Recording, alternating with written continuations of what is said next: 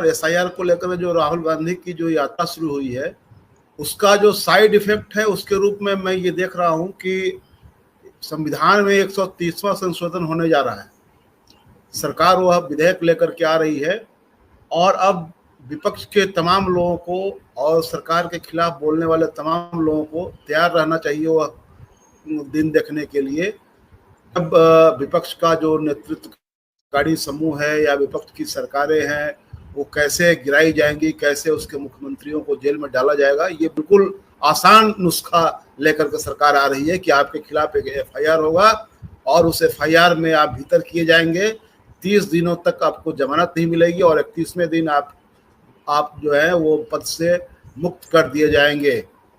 और ये हथियार इसलिए लाया जा रहा है कि जो एसआईआर को लेकर के तमाम चीजें जो दिखाई दे रही है, जिनको ये लग रहा है कि भीड़ कहाँ से आ रही है, इसकी जांच होनी चाहिए, कोई बांग्लादेशी लोग तो इस भीड़ को संयोजित नहीं कर रहे हैं, रोहिंग्या लोग तो भीड़ में नहीं आ रहे हैं।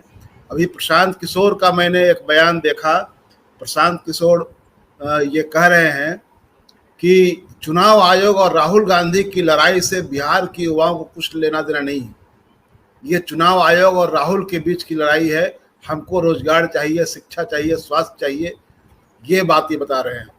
और इनके जो सबसे प्रमुख सलाहकार जो रहे हैं और इनके जो लंगोटिया यार हैं वो आनंद मिश्रा जो कल बीजेपी में घुस गए, वो पहले जनसुराज में थे, तो उन्होंने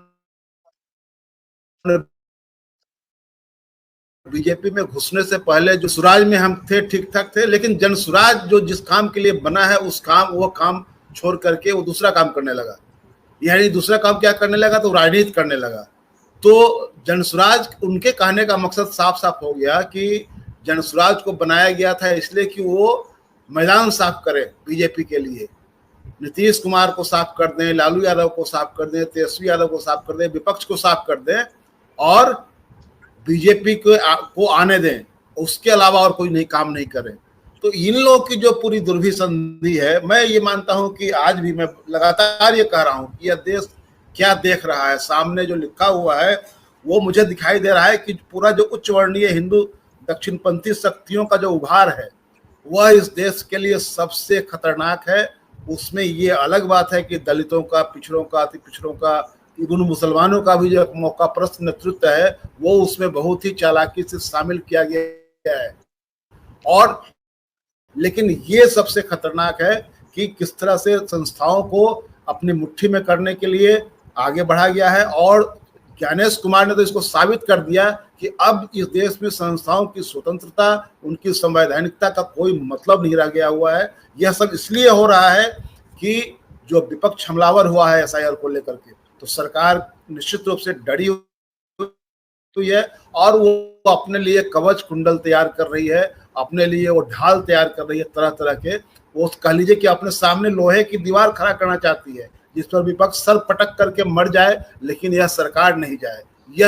यह इनका मकसद है। इसीलिए ये यात्राओं का जो मजाक बनाया जा रहा है और कुछ लोगों को ये इस बात की ज्यादा चिंता पड़ी हुई है कि कांग्रेस ने अतीत में क्या क्या किया था। अरे कांग्रेस ने जो अतीत में किया तो वो तो उसका खामियाजा कांग्रेस ने भुगत लिया, सत्ता से बाहर है लंबे समय से, उसका कितना रोना रोइएगा आप। अभी जो सामने दिखाई दे रहा है उसको देखिए ना कि किस किस की सरकार जाएगी और कौन कौन जेल में जाएगा, ये किसी को नहीं दिख रहा है।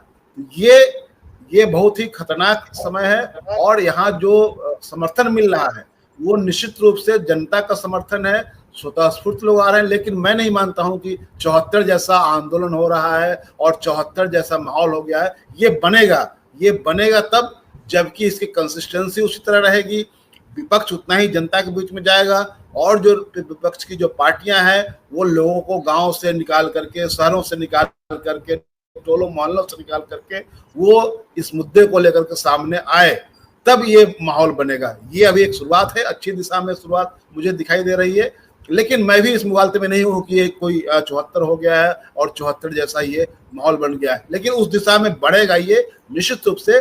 और ये गुड साइन ये भी है कि इस देश में जो कहा जा रहा था कि विपक्ष जो है एकजुट नहीं हो सकता है, इस मुद्दे ने विपक्ष एकजुट किया है। और आम आदमी पार्टी जिसके बारे में सब लोग जानते हैं, इसने ऐलान किया था कि हम नहीं रहेंगे इंडिया अलायंस में, उसके लोग सबसे बढ़ चढ़ करके, संजय सिंह सबसे बढ़ चढ़ करके इसके पक्ष में बोल रहे हैं। तो ये पूरा माहौल जो है उसी दिशा में जा रहा है, एक बड़े लोकतांत्रिक आंदोलन की तरफ देश बढ़ रहा है। और ये जरूरी है क्योंकि संसद से लेकर के सड़क तक देखा, अभी संसद के दोनों सदनों में आप देख लीजिए कि किस तरह से हंगामा हो रहा है, लेकिन सरकार सुनने के लिए तैयार नहीं है, इस मुद्दे पर किसी तरह की बातचीत करने के लिए तैयार नहीं है। अभी जो उपराष्ट्रपति पद के एनडीए के उम्मीदवार हैं उनका नामांकन मैं देख रहा था, उसमें प्रधानमंत्री जी लोग गए हुए थे।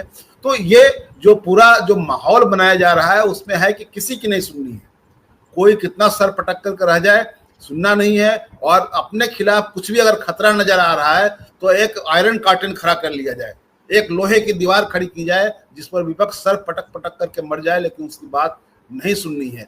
ये इस दिशा में ये लोग बढ़ रहे हैं। इसलिए मैं कह रहा हूं कि जो एक तो वो संविधान का संशोधन वाला जो विधेयक है सो, और उसके अलावा दो अन्य जो विधेयक लाए जा रहे हैं वो पूरी तरह से लोकतंत्र विरोधी और विपक्ष विरोधी विधेयक आ रहा है।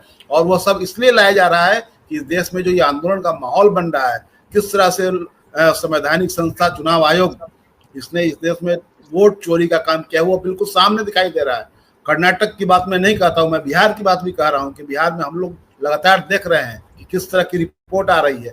एक 3 विधानसभा क्षेत्र, पिपरा, वाल्मीकि नगर और मोतिहारी, इन 3 विधानसभा क्षेत्रों में 80,000 लोग ऐसे वोटर के रूप में चिन्हित किए गए हैं जिनका पता फर्जी है। और ये वोटर लिस्ट को एसआईआर के नाम पर पवित्र करने के लिए चले थे। इतना बड़ा अपवित्र काम इन्होंने किया है एसआईआर के नाम पर, पूरे वोटर लिस्ट को गड़मड़ करके उसमें तमाम तरह की गड़बड़ियां की गई है और तमाम तरह का उसमें घुसपैठ और किया गया है उस वोटर लिस्ट में। ये सबसे बड़ा सवाल है। और ये कह रहे थे कि हम पवित्र करने जा रहे हैं, यहाँ की तमाम एजेंसियां, तमाम तरह के इंटेलिजेंसिया सब खड़ा होकर के उसके पक्ष में गुणगान कर रहा था। आज क्या ये है कि आप देखिए कि जो जितनी पार्टियां हैं इनके साथ अलायंस में, वो सब चुपचाप इसके समर्थन में खड़ी है।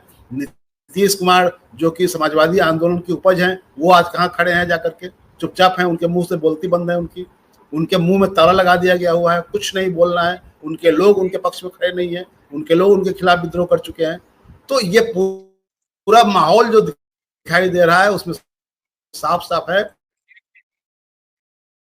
कि जो मोदी साहब की जो मंडली है वो अंतिम पर अपने बचाव की लड़ाई लड़ रही है, और विपक्ष के लिए भी एक तरह से ये अंतिम लोकतंत्र के बचाव की लड़ाई है। ये दोनों का एक वैचारिक टकराव है जिसमें मुझे लगता है विपक्ष को अपनी पूरी आहुति देने के लिए तैयार रहना पड़ेगा। दूसरा कोई उपाय सामने नजर नहीं आ रहा है कि ये 3 कानून जब पारित हुए उसके बाद समझ लीजिए क्या होने वाला है। और गलतियां अभी महाराष्ट्र की विधानसभा में जो वहां जो कानून पारित हुआ है उसमें कांग्रेस किस तरह से समर्थन में चली गई, वो भी बड़ा सवाल है। तो इस तरह की गलतियां अगर आप करते रहेंगे तो निश्चित रूप से आपकी लड़ाई कमजोर होगी, आपकी लड़ाई कमजोर होगी। बाद में आपको याद आता है कि वहां महाराष्ट्र में आपने गलती कर दी।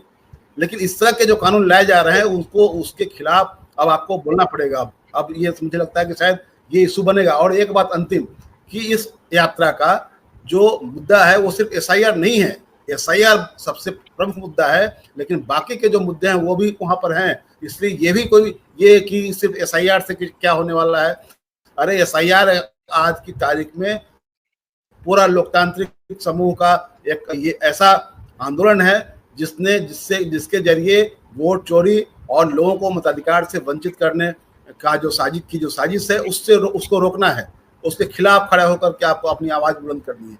ये महत्वपूर्ण समय है जी।